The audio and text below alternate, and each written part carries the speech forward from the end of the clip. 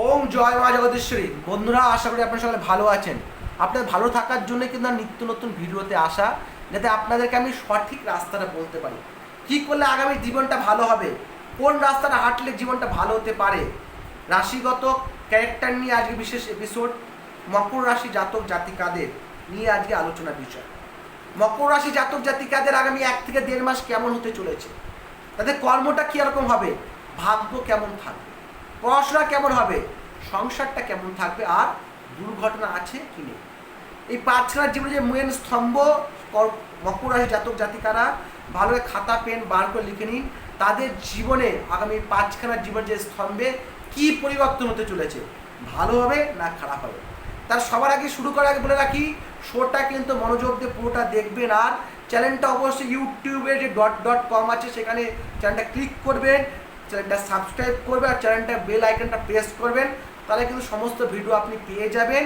আর সমস্ত ভিডিও পাবেন, পাওয়া মাত্রই কিন্তু অবশ্যই আপনারা জেনে নিতে পারবেন কার জীবনে কি হতে চলেছে। আর অবশ্যই যত বেশি সংখ্যক শেয়ার করবেন, যাতে সকলে বিষয়টা জানতে পারেন। মনে রাখবেন, সকল সমস্যা থেকে যদি মুক্তি পেতে হয়, নাম একটাই, তান্ত্রিক রুদ্র।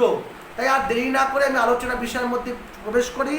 মকর রাশি জাতক জাতিকাদের কর্মটা কেমন হবে আগামী 1 থেকে 1.5 মাস। অনেকের প্রশ্ন, মকর জাতক জাতিকাদের কর্মটা কেমন হবে, তারা লিখে নিন ভালো করে। বুদ্ধি দিয়ে কর্মজীবনে এগিয়ে যেতে হবে।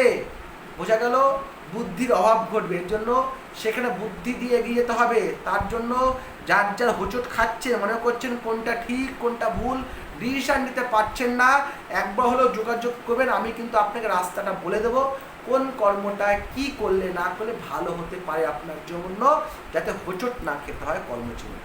বোঝা গেল, কর্ম ক্লিয়ার। এরপর আসি ভাগ্যে কিন্তু গুপ্ত শত্রু। এই বললাম, কর্ম যেটা রিফ্লেক্ট করে ভাগ্যে সেটা কিন্তু দেখা যায়। মানে কর্ম যে বললাম আপনাকে, বিচার বুদ্ধি চলতে হবে, বিচার বুদ্ধি চলতে পারছেন না বলেই কিন্তু ভাগ্যতে কিন্তু শত্রুর দ্বারা, কিন্তু গুপ্ত শত্রুর দ্বারা কিন্তু ক্ষতি। লিখে নিন, গুপ্ত শত্রুর দ্বারা ভাগ্যেতে ক্ষতি আছে। সে গুপ্ত শত্রুকে চিহ্নিতকরণ করবেন কি করে, তার থেকে বাঁচবেন কি করে, বেঁচে এগিয়ে যাবেন কি করে, সেই রাস্তাও কিন্তু আমার কাছে পেয়ে যাবেন। তাই একবার হলেও যোগাযোগটা মন দিয়ে করবেন। তারপরে আসি সংসারে দেখা যাচ্ছে খিটখিটে ভাব উৎপন্ন হবে। অবশ্যই কর্মভাগ্য ভালো যদি না থাকে, সংসারটাও সেই ব্যক্তি বা সে জাতক বা জাতিকা করবে কী করে, খিটখিটে মনোভাব থাকবে। তাই মাথা ঠান্ডা করে একবার হলেও পরামর্শ করে নেবেন, সঠিকভাবে জীবনে চলতে হয়। এটা কিন্তু মনে রাখবেন, নাম একটাই, তান্ত্রিক রুদ্র। আমি আপনাকে বলে দেবো কীভাবে এই সময়টা থেকে 1 থেকে 1.5 মাস মোকাবিলা করতে পারবেন। এরপরে আসি দুর্ঘটনা কিন্তু রক্তপাতের যোগ কিন্তু প্রবল পরিমাণে রয়েছে।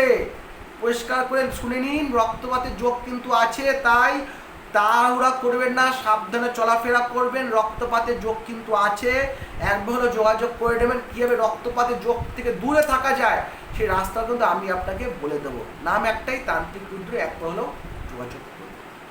নেক্সট আসি পড়াশোনা কিন্তু মোটামুটি মিশ্র ফল দেবে। ভালো মন্দ মিশিয়ে কিন্তু পড়াশোনাটা যাবে। তো অত্যন্ত চিন্তিত হওয়ার কারণ নেই। তো এইগুলো মকর রাশি জাতক জাতিকার জীবনে 5খানা অধ্যায়। আরও অনেক অধ্যায় রয়েছে জীবনে, আরও অনেক কিছু জানানোর বিষয় রয়েছে, যেটা স্বল্প ভিডিওর মাধ্যমে জানানো আপনাদের কাছে সম্ভবপর নয়। তাই আর যাদের যা বিষয় জানতে ইচ্ছুক, সে জ্যোতিষ হোক, তন্ত্র, বাস্তব, যা বিষয় আছে, একবার হলেও যোগাযোগ করবে। তাহলে কিন্তু জীবনের সঠিক সমস্যার সঠিক প্রতিকারটা করতে। মনে রাখবেন, সকল সমস্যা থেকে যদি মুক্তি পেতে হয়, নাম একটাই, তান্ত্রিক রুদ্র। আজকে এখানেই রাখি, নেক্সট এপিসোডে আপনার সাথে আবার দেখা হবে। সকলে মঙ্গল হোক, সকলে ভালো থাকুক। আর চ্যানেলটাকে সাবস্ক্রাইব করে শেয়ারটা যত বেশি সংখ্যক পারবেন করে দেবেন। আপনাদের মঙ্গল হোক, আপনারা সকলে ভালো থাকুন। ওম জয় মা জগদীশ্বর।